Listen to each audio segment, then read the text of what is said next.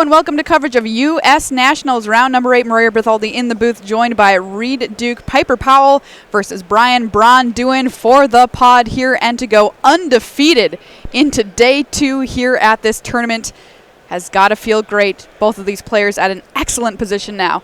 Brian Braun-Duin, we saw him on camera. You and I did, Reed, with his blue-red Wizards deck. Piper Powell, we saw a little bit of last round, a kind of a white-black deck. Yeah, she defeated Wyatt Darby, who we saw had a pretty strong deck featuring Slimefoot Stowaway and Demon Lord Belzenlocke, but Piper has a pretty aggressive white-black deck, actually kind of similar to what Seth Manfield wound up with, where Seth had the Eldest Reborn, Piper has Rite of Belzenlocke, and in particular, one card that I think is super strong in her deck is Thalid Soothsayer alongside the Rite and double Sergeant at Arms. Ooh, I like it. Seth Manfield's deck didn't end up being very strong, so safe to say this is a bit of a stronger version here. And here is the Rite of Belzenlocke right on time. 2 Cleric tokens hitting the table here for Piper. Actually, last round, Brian wound up defeating Seth Manfield with the key play in Game 3 being Seth returned Brian's Cloud Reader Sphinx via the Eldest Reborn, and Brian bounced it back to his own hand. Now, in that sense, it was the blue bounce creatures excelling against these black sagas, and I wonder if we're going to see the same thing here with Rite of Belzenlocke, making a 6/6 demon, but only a token that's particularly vulnerable to Blink of an Eye or Academy Journey Mage.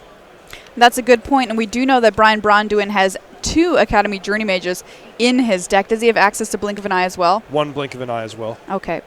All right, something to look out for here as the match progresses. Thalid Omnivore goes excellently with those Cleric tokens as well.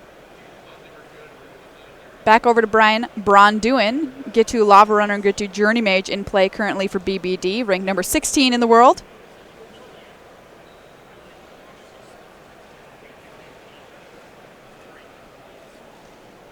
Fiery Intervention in hand at the ready. Yeah, perfect answer to the Omnivore, and I like Brian's decision to just bite the bullet, get rid of it while he can, because it's only going to get tougher if Piper winds up with more open mana in the future. Those Cleric tokens aren't going anywhere. Fiery Intervention does take down the Thalid Omnivore, and here we go, Chapter 3. On the Rite of Belzenlocke, yes, you do draw your card before you advance the chapter, and there is the demon itself, 6/6. No haste, though. No.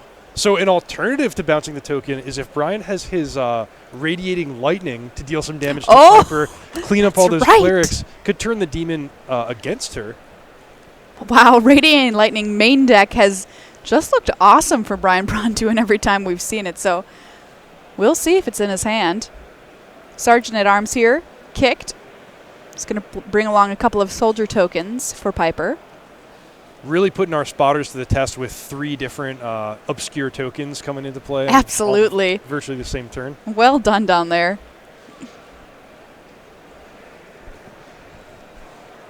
That Omnivore could have so many tasty snacks, unfortunately resting in the graveyard. So now we've got that big demon in play, along with all of these tokens and all the rest of it. But generally, how does the red-blue deck do versus a deck that's trying to go wide like Piper's? That's a fine question, and it depends on the exact breakdown. Now, since Piper doesn't have any ways to pump up her tokens, the 2 toughness creatures on Brian's side are actually doing a nice job holding the fort. So Brian has, a tenuous position here that he's okay with, and maybe if he can play a flying creature and start chipping in the air, he can make something out of this. But man, that Kazarov Sengir Pureblood is a nice follow-up here, because Brian has a limited number of answers to that card, and he already spent his Fiery Intervention. Blink of an Eye was able to deal with that demon token, just as you mentioned. But Kazarov coming down, fantastic follow-up for Piper. And here we have an Academy Drake that's kicked from Brian Braun-Duin, which is going to try and match it on stats, but no red mana available to Piper. Yeah, I actually could have envisioned maybe sending the Sergeant or even the Soldier tokens into combat the turn that Kazarov came down, because Now a deciding factor in this game is going to be if Piper can get this above 4-4 to trump the Academy Drake and to get out of range of Shivan Fire. Windgrace Acolyte, the play here for Piper. Going to gain the 3 life, mill 3. Put a 3-2 into play. But yeah, I think that will be a key interaction that Piper's looking for somehow to be able to pump this Vampire. Yeah, Brian at this point is, one thought in his mind is how can I hang on as long as possible to give myself as many draws to Shivan Fire to answer this this Vampire before it gets out of hand. Because I think if Brian is able to answer the Vampire and have Academy Drake, his deck's pretty strong in the late game, he's going to feel pretty good. But that's a big if because he has a very limited number of answers, and that Vampire will definitely win the game if it goes unchecked. Brian Braun here, Academy Journey Mage. Hitting the table, going to bounce the Kazarov back to Piper's hand. A temporary answer there, but a pretty decent play. Able to attack in here with the Academy Drake, and we're going to get a trade here with the Sergeant at Arms and the Get-To Journey Mage. So there you see Brian going out of his way to trade off while the Kazarov is not in play, simplify the board, make that ability a bit less threatening. Piper down to 12, Brian Braun still at 20 life. And yeah, you mentioned any kind of attack there, no matter what kind it is, ends up pumping Kazarov. As long as one of BBD's creatures is dealt damage, and with a flyer in play for Piper. Here comes Kazarov once again. Warlord's Fury on the cycle here for Brian Braun finds him an island. It's actually a bit more than a cycle. Normally it's just a cycle, but the well, you're right, yeah. This is going to matter. Lining up quite nicely here, 4-4 flying against opposing 4-4 flying, but Brian elects not to attack. I think he could have if he wanted. Ooh, is that a Seal Away and a Blessed Light in hand for Piper? There's the Blessed Light on the Academy Drake. Into exile, and boom, in smashes Kazarov. And our Windgrace Acolyte for 7 points of damage.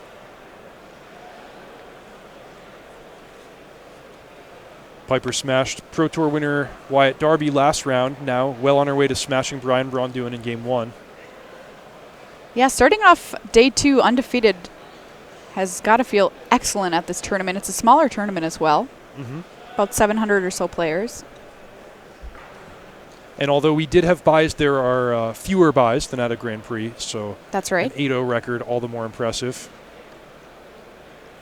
All right, so Brian Braun keeps his foot on the pedal here, knocking Piper down to 10, but with plenty of chump blockers, was able to save herself some life.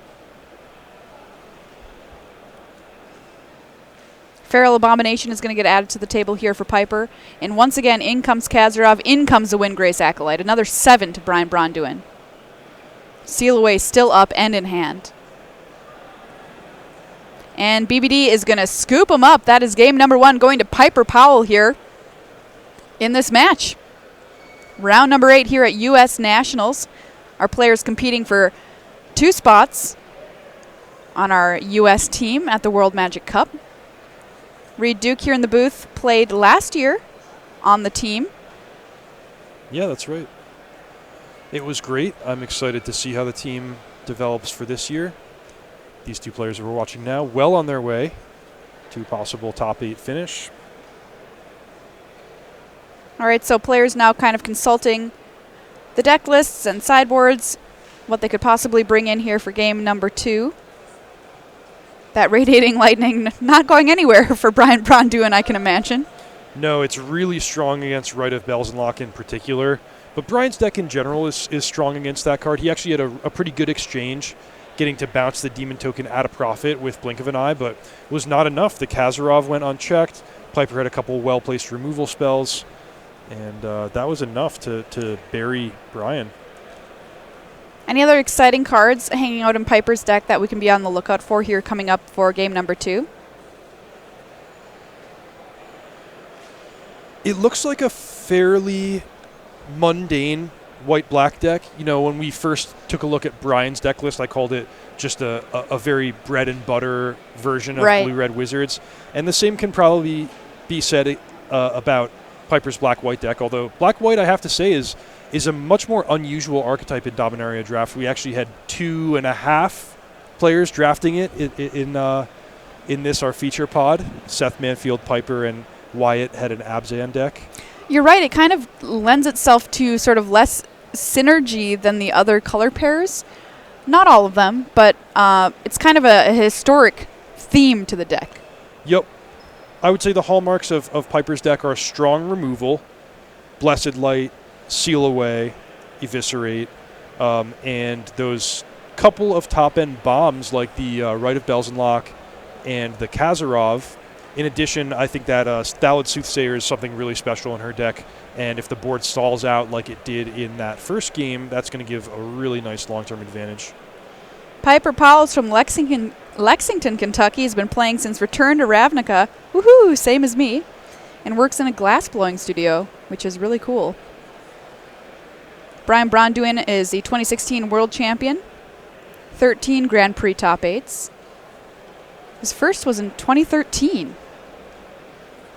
So not that long ago either. Pretty impressive to have such a high number in such a short span of years. And once I talked to Brian Braun-Duin, and a lot of times my favorite question to ask professional Magic players is, why are you good at Magic? And his answer is really interesting to me, and it was, I just try really, really, really hard. I work really, really, really hard. He didn't chalk it up to anything like innate talent, being very good at math, not necessarily being like, I just have the feeling of the right play because I've played so many games, but just working consistently hard at it. Yeah, that's a great answer. I love to hear people, really giving themselves credit of that aspect of the game, of just really, putting in the hours and studying and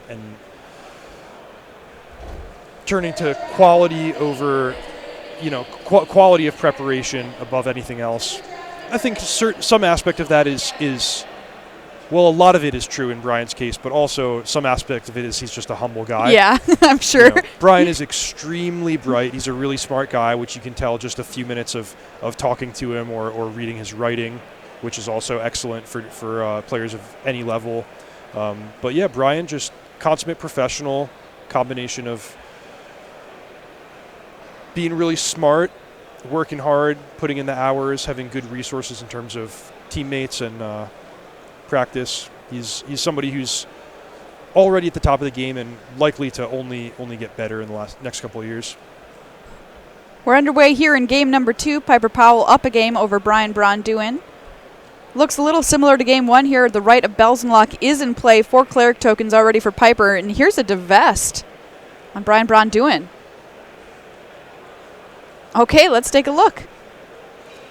Divest is a pretty nice card against Brian because it gets to preempt the enters the battlefield abilities of a lot of his best creatures, like that Academy Journey Mage you see hitting the bin. And actually, it strips it away just in time before the Demon token comes in. That's very powerful, but we might have to see Brian manage the Demon in a different way, as he does have Radiating Lightning. Yeah, Radiating Lightning, Weight of Memory, and Wizard's Lightning in hand for Brian Braun-Duin. So those Cleric tokens, I don't know, we're going to have to find something else to sacrifice here, Piper. Here's a Thallid Omnivore. So Piper going to go down to 15, then to 13 from the Drake attacking. The Demon will enter the battlefield. She's going to really hope that she can add, some disposable creatures afterwards, like a Sergeant at Arms on 6 mana would be fantastic. But failing that, the Demon's going to start going to work. Reminiscent, of course, of Lord of the Pit from Alpha Beta Unlimited. That card, I had it in my very first pack of Magic, and I know how strong it can be, 7/7 trample, but I also know the backside of those demons. They come at a cost, and they get you if you're not careful. Oh, that's so cute. You remember that was the first card Magic pack you ever opened? Yeah, it was. Wow. All right, so here we go. Here's the Demon for Piper. Academy Drake gets in for 13, and we're going to take some pain very soon from that demon. So no Sergeant at Arms, but a nice kicker play Whew. nonetheless, adding a disposable body, taking a chunk out of Brian's hand. And the race is on. All right, in comes the Omnivore here for 3, knocking Brian Braun-Duin down to 17.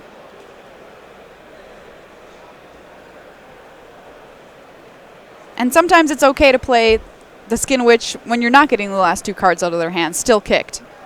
Yeah, you're still getting a lot of value, and Piper really needed to spend her mana and add a creature to the table. She did all those things. So if Brian doesn't have a bounce spell, we might even see him start pointing some burn spells at the other creatures. But no, he's going to deep freeze the demon, keep chipping in the air. This is a nice, safe way to play it. So there's Deep Freeze, changing this into an 0-4 with Defender. Wizards Lightning able to take care of that Thallid Omnivore, but there was another in hand I spied for Piper as well, but we're just going to kick a Sergeant at Arms here. And the Skin Witch getting in there for 1. 2 copies of Deep Freeze that Brian elected to not put in his main deck. They're just in his sideboard. Okay. But I bet they're both coming in here, and they could really change the dynamic. We saw Kazarov, Sengir of Pureblood, be a huge problem for Brian in Game 1 after he had already spent his Fiery Intervention.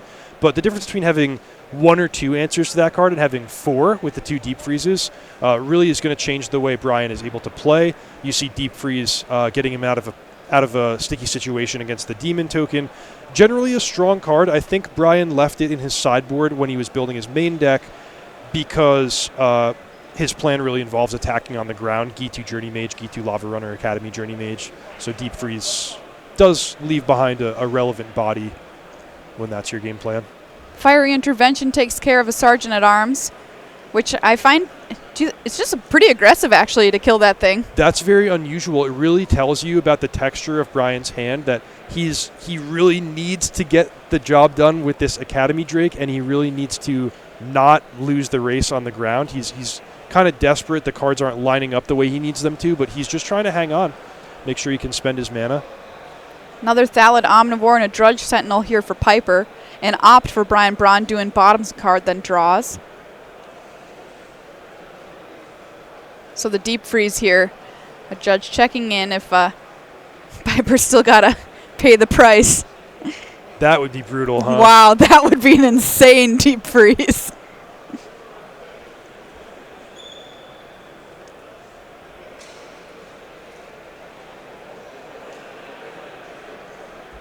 All right, so it looks like they're just getting things all cleared up for everybody down there on the table. Brian Braun-Duin here. A kicked Shivan Fire to deal with this Thallid Omnivore. Oh, and he needed that badly. The Omnivore, he really could not let Piper untap with that card or he was going to be in big trouble. Yeah, that was...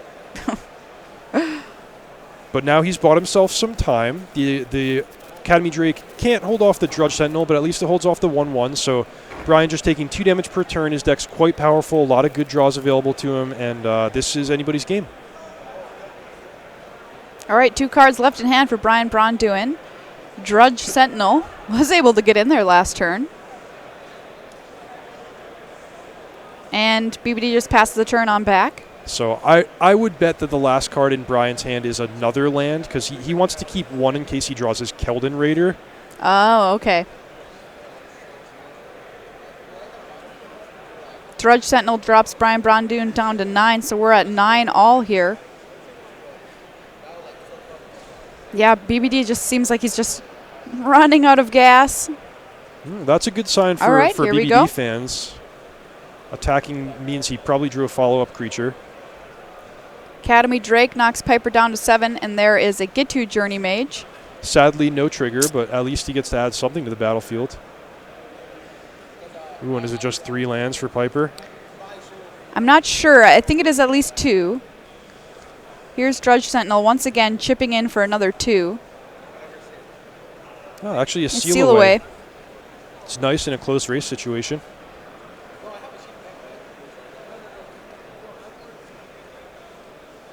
All right, Drake getting in there once again, and there is a seal away from Piper, taking down Brian Braun-Duin's lone attacker this turn.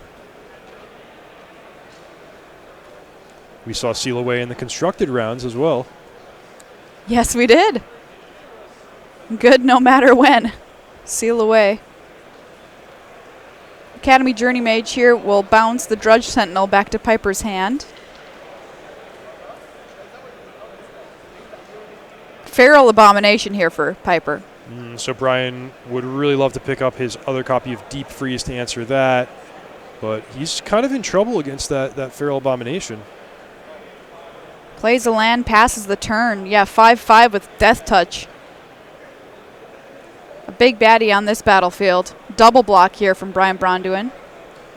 Yeah, I think Piper's deck just has a little more meat to it than Brian's does. We've seen both these games go kind of long, and Brian, had some things going for him. He got to bounce cards. He got to make decent use of his cheaper, efficient cards. But in the long run, full deck against full deck, Brian just doesn't have the power.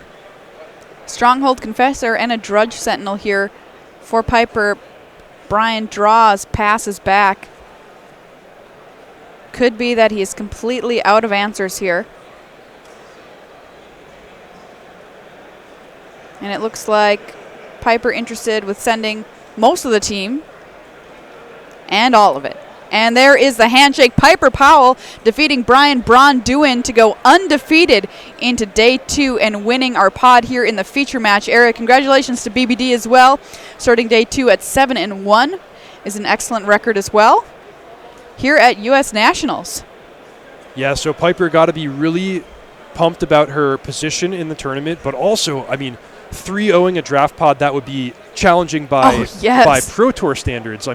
2 former world champions, Brian Braun-Duin and Seth Manfield, Sam Black, Wyatt Darby, who's one of the hottest players right now, won the last Pro Tour, and all of them fall by the wayside. Piper Powell is the one to 3-0.